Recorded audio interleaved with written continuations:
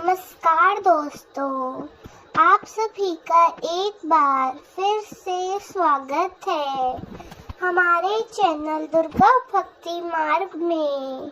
आज मैं आप सभी को सुनाऊंगी सत्यनारायण भगवान जी की कहानी। एक बार नैमिषारण्य में तपस्या करते हुए शौनक आदि 88,000 ऋषियों ने श्री सूत जी से पूछा कि जिसके करने से मनुष्य मनोवांछित फल प्राप्त कर सकता है, ऐसा व्रत या तप कौन सा है।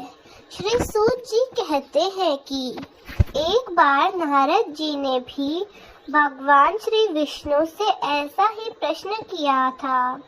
तब श्री विष्णु भगवान ने उनके सामने जिस व्रत का वर्णन किया था वही मैं आपसे कहता हूँ। प्राचीन काल में काशीपुर में एक अति निर्धन और दरिद्र ब्राह्मण रहता था। वह भूख प्यास से व्याकुल हो भटकता फिरता। एक दिन उसकी दशा से व्यथित होकर भगवान विष्णु ने बूढ़े ब्राह्मण के रूप में प्रकट होकर उस ब्राह्मण को सत्यनारायण भगवान व्रत का विस्तार पूर्वक विधान बतलाया और अंतर ध्यान हो गए। ब्राह्मण अपने मन में श्री सत्यनारायण व्रत को करने का निश्चय करके घर लौट आया और इससे चिंता में इसे रात भर नींद नहीं आई। सवेरा होते ही वह ब्राह्मण भगवान के व्रत का संकल्प करके भिक्षा मांगने चला गया। उस दिन उसे थोड़े ही परिश्रम में प्रतिबंधित में प्राप्त हुआ और सायंकाल घर पहुंचकर उसने बड़ी श्रद्धा के साथ श्री सत्यनारायण भगवान का विधि पूर्वक पूजन किया। भगवान सत्यदेव की कृपा से थोड़े ही दिनों में वह महान हो गया। अब वह जब तक जीवित रहे तब तक हर महीने श्री सत्यनारायण भगवान का व्रत और पूजन करता रहा और विष्णु लोक को प्राप्त हुआ। तो सूत जी पुनः बोले, एक दिन वह ब्राह्मण अपने बंधु बांधवों के साथ बैठकर ध्यान मग्न होकर श्री सत्यनारायण जी की कथा सुन रहे थे। तभी भूख प्यास से व्याकुल एक लकड़हारा वहां जा पहुंचा। वह भी प्यास से व्याकुल कथा सुनने को बैठ गया और वह प्रसाद ग्रहण करने लगा और फिर उसने ब्राह्मण से इस कथा के बारे में पूछा और ब्राह्मण ने बताया कि यह सत्यनारायण भगवान का व्रत है। यह व्रत मनोवांछित फल देने वाला है। इस व्रत के प्रभाव से मुझे यह सब वैभव प्राप्त हुआ है। यह सुनकर वह बहुत खुश हुआ और मन में ही श्री सत्यनारायण भगवान का व्रत और पूजन करने का निश्चय करता हुआ लकड़ी बेचने के लिए बाजार की ओर चल पड़ा। लकड़हारे को लकड़ी का दुगना लाभ मिला। उन्हें पैसों से नियुक्त उसने केले, दूध, दही आदि सभी को पूजन की सामग्री खरीद ली और घर चला गया। घर पहुंचकर उसने अपने परिवार और पड़ोसियों को बुलाकर विधि पूर्वक भगवान सत्यनारायण का व्रत पूजन बड़ी श्रद्धा से किया। थोड़े ही समय में वह धन संपन्न हो गया। सूत जी फिर बोले, प्राचीन काल में एक राजा था। उसका नाम उल्कामुख था। वे और उसकी रानी बड़े ही धर्मिष्ठ थे। एक दिन राजा रानी भद्रशिला नदी के किनारे भगवान सत्यनारायण की कथा सुन रहे थे कि एक बनिया भी वहां आ पहुंचा। उसने रत्नों से भरी अपनी नौका को एक किनारे पर लगाया और स्वयं भी पूजा की जगह पर बैठ गया। वहाँ का चमत्कार देख उसने इसके बारे में राजा से पूछा। राजा ने बताया कि हम भगवान विष्णु यानी भगवान सत्यनारायण का पूजन कर रहे हैं। यह सभी मनोकामनाएं पूर्ण करने वाला व्रत है। राजा के वचन सुन और प्रसाद ग्रहण कर बनिया अपने घर चला गया। घर पहुंचकर उसने अपनी पत्नी को व्रत के बारे में बताया और संकल्प किया कि मैं भी संतान होने पर यह व्रत अवश्य करूंगा। उसकी पत्नी का नाम लीलावती था।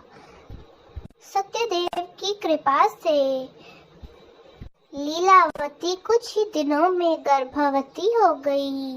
9वें महीने पूरे होने पर उसने एक कन्या को जन्म दिया। उसका नाम कलावती रखा गया। चंद्रमाओं की कला के समान उसकी नीति बढ़ने लगी। एक दिन लीलावती ने अपने पति को सत्यदेव का व्रत करने की बात याद दिलाई। उसने कहा कि मैं ये व्रत अपनी कन्या के विवाह के समय करूंगा और अपने कारोबार में लग गया। कन्या विवाह योग्य हुई तो उसने अपनी कन्या के लिए रिश्ता ढूंढना शुरू कर दिया। फिर उसने कंचन नगर के एक सुंदर सुशील कुमार के साथ उसका विवाह कर दिया। फिर भी उस बनिए ने सत्यनारायण भगवान का व्रत नहीं किया। इससे श्री सत्यनारायण भगवान अप्रसन्न हो गए। कुछ दिनों बाद बनिया अपने दामाद को साथ लेकर समुद्र के किनारे रघु चौकपुर में व्यापार करने लगा। एक दिन उस नगर के राजा चंद्रकेतु का खजाना चोरों ने चुरा लिया। राजा के सिपाही उन चोरों का पीछा कर रहे थे। चोरों ने जब देखा कि अब इन सैनिकों से बचना कठिन है तो उन्होंने जो भी धन चुराया था वह उस जगह पर रख दिया जहां वह बनिया और उसके दामाद ठहरे हुए थे। उसके बाद घूमते घूमते सिपाही उसी जगह पहुंच गए और उन दोनों को चोर समझकर पकड़ लिया। राजा ने दोनों को जेल में डालने का आदेश दिया और उनका धन राजकोष में जमा करवा दिया। सत्यदेव के कोप से लीलावती और कलावती भी बड़े दुख से जीवन व्यतीत कर रही थी। कलावती भूख प्यास से व्याकुल होकर एक मंदिर में चली गई। वहां पर भगवान सत्यनारायण की कथा हो रही थी। उसने कथा सुनी, प्रसाद ग्रहण किया और रात होने पर घर पहुंची। माँ ने देरी का कारण पूछा तो उसने कहा कि माँ, मैंने मंदिर में सत्यनारायण भगवान का व्रत होते देखा है। अब मैं भी इस व्रत को करूंगी। मैंने इस व्रत को करने का निश्चय किया है। उसके बाद उन्होंने अपने बंधु बांधवों को बुलाकर श्रद्धा पूर्वक कथा सुनी और विनम्र भाव से आर्तिक होकर प्रार्थना की कि मेरे पति ने संकल्प करके जो आपका व्रत नहीं किया वो व्रत आज मैं करती हूँ। कृपा करके उनका अपराध क्षमा करो।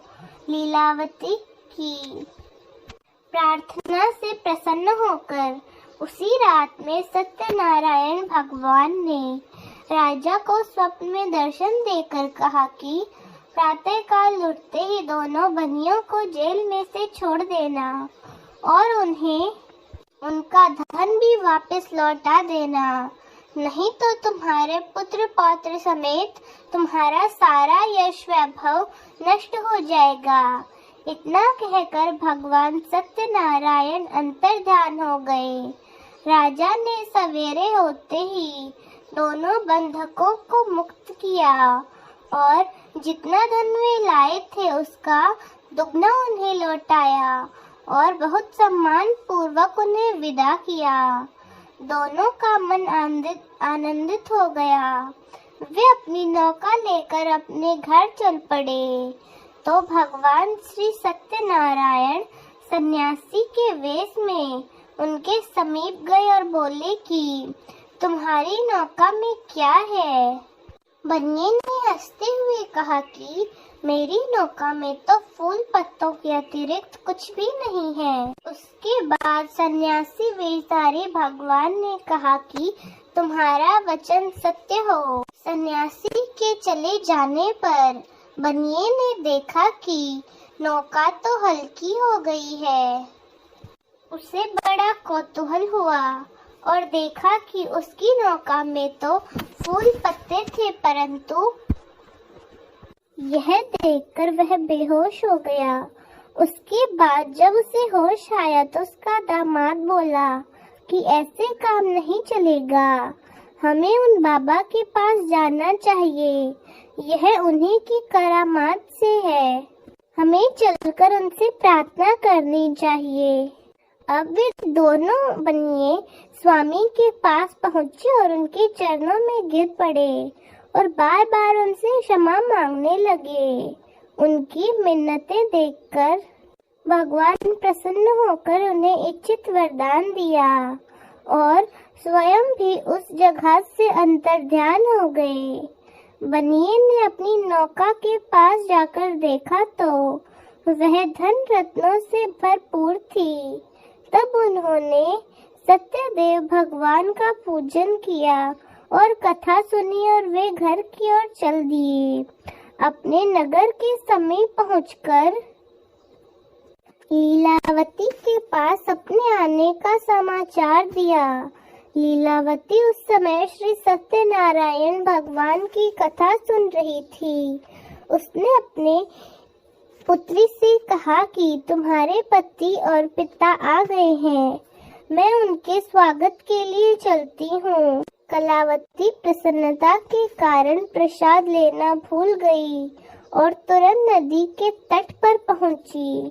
तो जैसे ही वह बनिया नौका से बाहर निकला, उसके दामाद समेत पूरी नौका डूब गई।